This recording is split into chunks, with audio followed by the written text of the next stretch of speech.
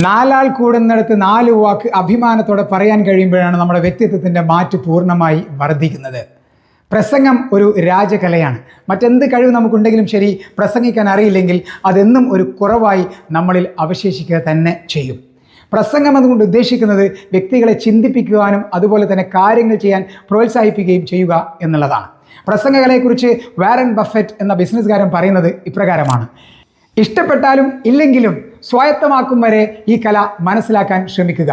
പേടി മാറി എപ്പോൾ ഈ കലയുമായി ഇഴചേരാൻ സാധിക്കുന്നുവോ അന്നു മുതൽ അനന്തമായ സാധ്യതകളുടെ വാതിലുകളാണ് നിങ്ങൾ തന്നെ തുറക്കുക. നാലാൾ കൂടുന്നിടത്ത് നാല് വാക്ക് പറയാൻ എന്ന ആപ്തവാക്യത്തോടുകൂടി മലയാളികളെ പ്രസംഗകലയിൽ കൈപ്പിടിച്ചുയർത്തുകയാണ് ബ്രിട്ടീഷ് അക്കാഡമിയുടെ പ്രസംഗ പരിശീലന വിഭാഗമായ സ്പീക്ക് ആൻഡ് ഷൈൻ.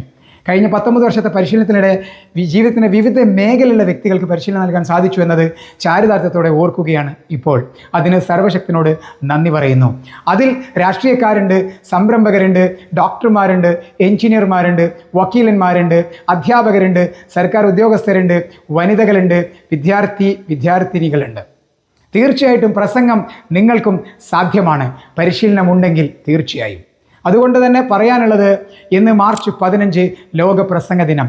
പ്രസംഗകലയുടെ ആചാര്യനായ അരിസ്റ്റോട്ടിലിനെ ഓർമ്മിച്ചുകൊണ്ട് ഞാൻ പ്രസംഗ ദിനത്തിൽ നിങ്ങൾക്ക് 1000 ആശംസകൾ നേരുന്നു.